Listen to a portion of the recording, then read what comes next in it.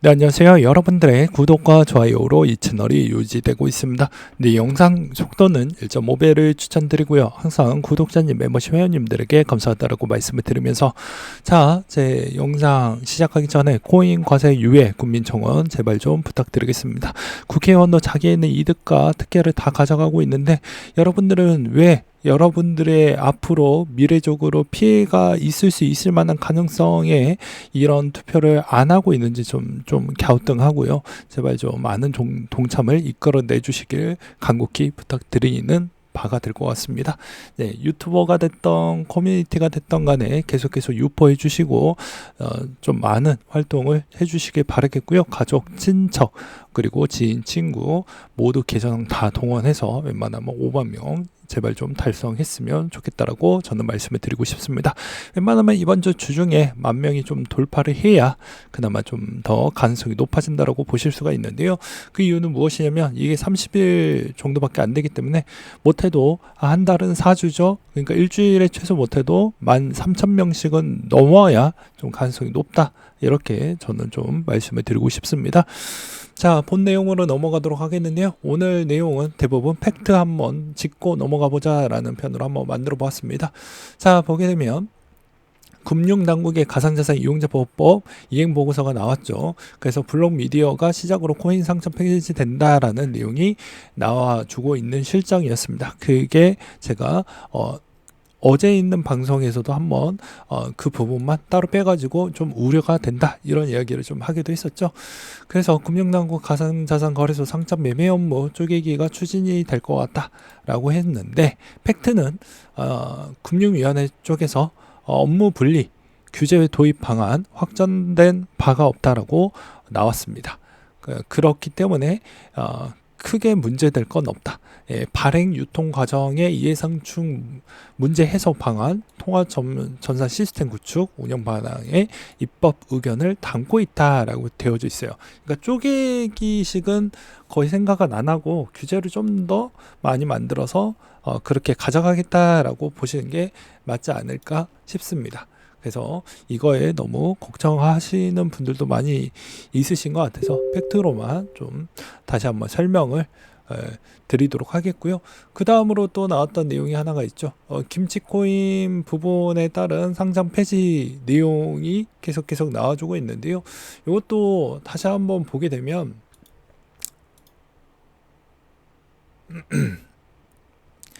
보고코인 상당수 유통량 계획 위반 상장 폐지 가능성이 좀 있다. 이런 내용이 나와주고 있는 실정입니다. 그래서 여기에서도 보게 되면 금융위원회, 금융감독원, 가상자산 이용자 보호법 부대 의견 이행 보고서라고 되어져 있죠. 그래서 이 내용을 보게 되면 거래 지원 중인 가상자산 상당수가 유통량 계획 위반으로 거래 지원이 종료될 수 있어서 이용자 피해 발생이 우려된다. 라고 되어져 있습니다. 그래서 금융당국은 다음 달 7월 달에 시행되는 부분에 발행량, 유통량 명확한 정의를 내리고 거래소 지침에 하달할 방침이다 라고 했어요. 그래서 강화된 발행량, 유통량 기준이 강제할 경우 상폐될 가능성이 여전히 높다 라는 내용이 담겨져 있습니다. 그래서 이 내용을 좀 보았을 때 여러분들이 이제 좀 헷갈릴 수는 있긴 하겠지만요.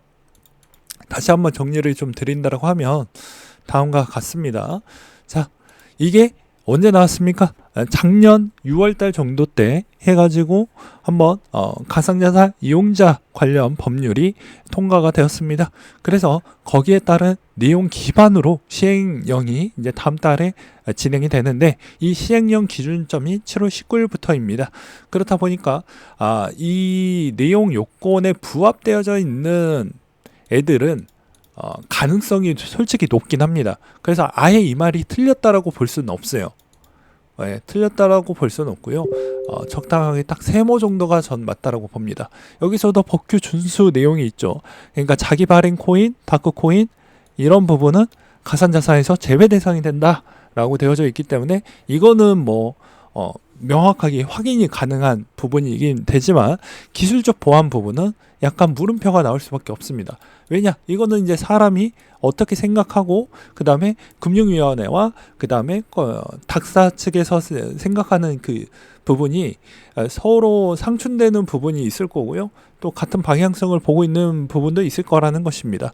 그래서 이게 되게 좀 주관적일 수밖에 없기 때문에 이걸 판단하기가 상당히 어렵다 라고 저는 말씀을 드리고 싶고요. 나머지 부분도 거의 비슷합니다.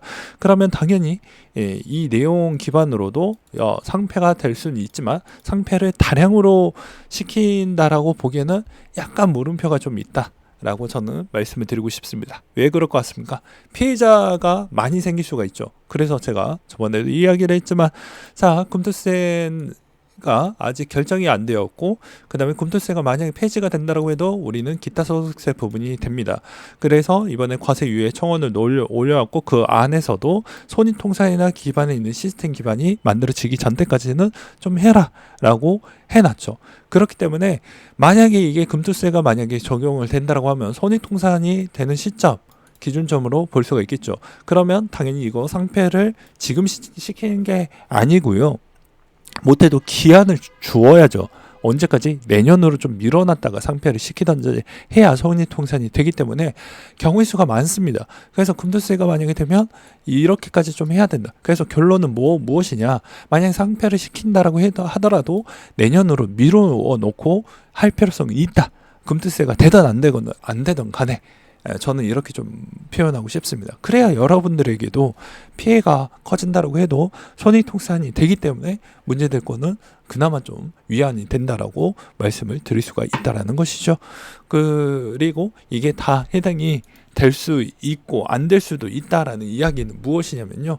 만약에 업비트 기준점으로 본다라고 하면 영업적인 추이에 상당량 이상만큼 개입이 되는 측면이 있다 보니까 수익과 영업 회사의 지속성, 수익 지속성에 훼손이 될 수가 있기 때문에 한 방에 상패시킬 가능성은 전 매우 낮다라고 봅니다.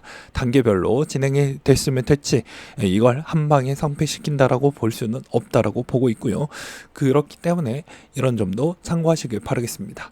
그리고 이제 추가적으로 김치코인에 대해서도 이렇게 이제 분류되어져 있는 표들이 많이 돌고 있는데 웬만하면 김치코인들은 제가 봐도 조금은 문제가 있는 코인들이 꽤 많이 보이기 때문에 이런 점들은 좀 물타기 같은 건 웬만하면 하지 마시고요. 만약에 좀 더 내 코인이 여기에 해당이 되는지 안 되는지를 좀 보고 싶다라고 하면 뭐라고 했습니까?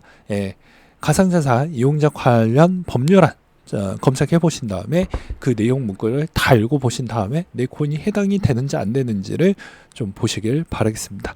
너가 해주면 안 되겠냐라고 하지만 제 지금 몸 상태를 보시면 그 정도까지 할 수 있을 만한 체력과 시간이 되지가 않습니다. 죄송합니다. 그것까지 해야 되는데 제가 지금 이 목 상태만 보셔도 아시잖아요. 꾸역꾸역 지금 할 정도밖에 안 된다.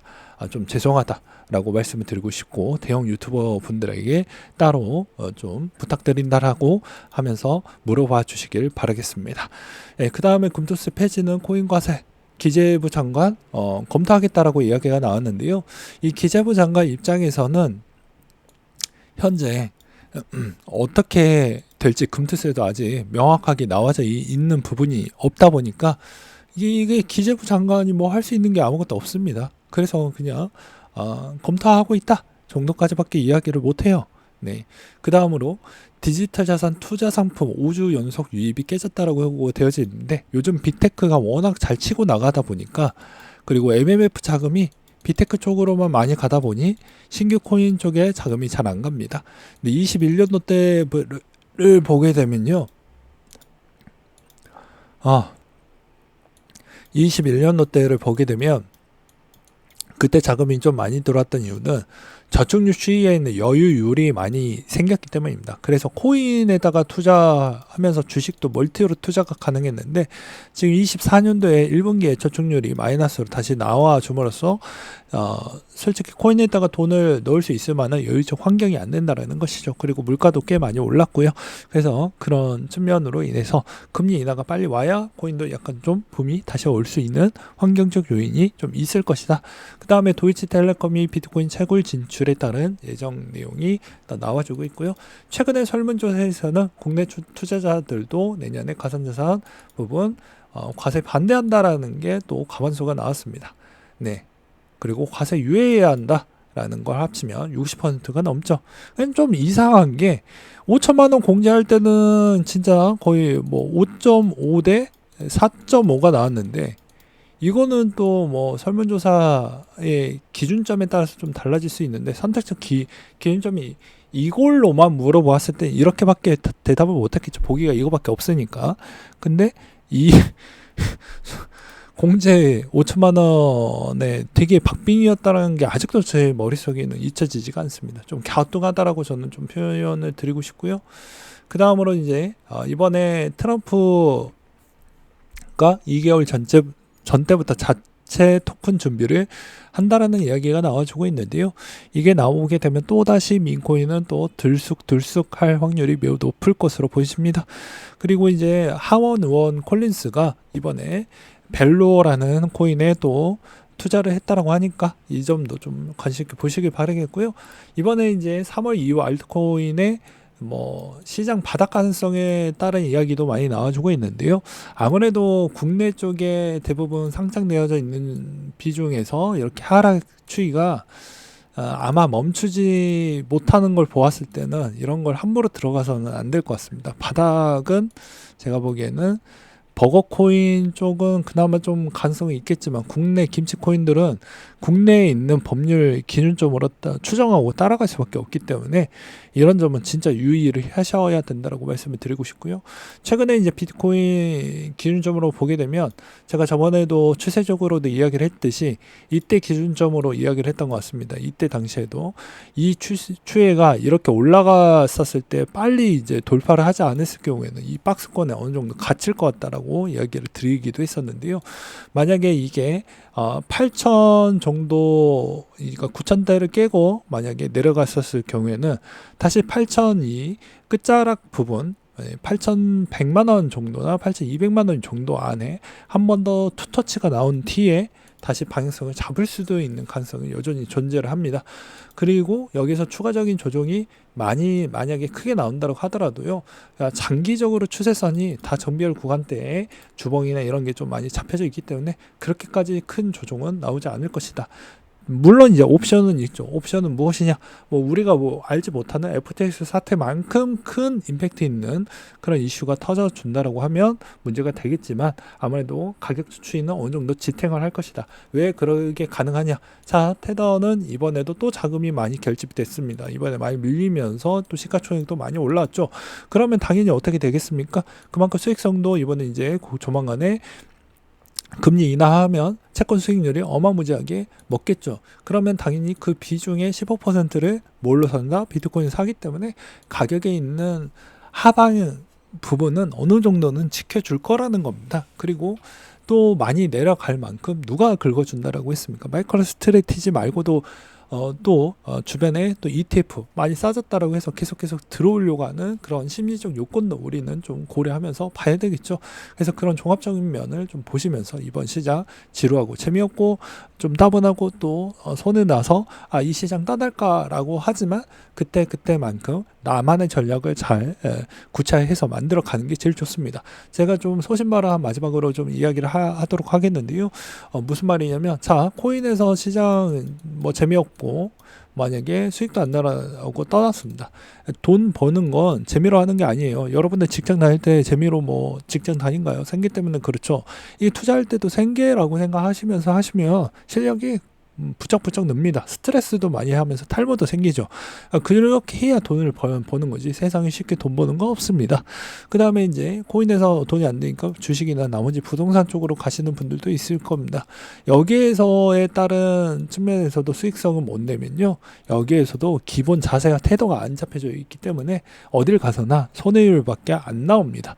제가 특정 지인의 지인이 되게 부자인데 그 부모님이 되게 부자고요. 그 자녀가 그래도 대기업을 좀 다니고 있는데 그분 같은 경우에는 직장을 잘 다니면서 이것저것 투자를 많이 해요. 근데 이것저것 투자를 건들 때마다 맨날 손해를 많이 납니다. 그리고 정리할 때 진짜 마법같이 올라가는 진짜 인간 매매라고 볼 수 있는 그런 사람입니다. 주식을 건들든 부동산을 건들든 코인을 건들든 간에 항상 절묘하시죠. 그러니까 즉 그만큼 시간이 지날수록 나를 되돌아보자. 짜증을 먼저 내는 게 아니고요. 나를 되돌아봐서 내가 지금 이쪽에 어느 정도 재능이 있는지, 어느 정도 내가 내 자신을 검증할 수 있을 만큼 트레이닝을 하고 학습을 했는데도 수익률이 어느 정도 안 올라온다라고 하면 코인에게서는 그냥 어느 정도 적립식으로 소액으로 계속 사는 형태로만 하시고 나머지 쪽으로 좀 변경을 해서 나한테 맞는 적성이 맞는 쪽으로도 가보는 전략도 맞지 않을까 싶습니다. 그렇지만 아무것도 안 해보고 이 시장을 떠난다라는 것 전 좀 비추라고 생각이 들어요. 네, 이상으로 마치도록 하겠습니다. 그리고 절대적으로 레퍼럴 하는 새끼들한테 가입해서 남 좋은 일 시키지 마세요.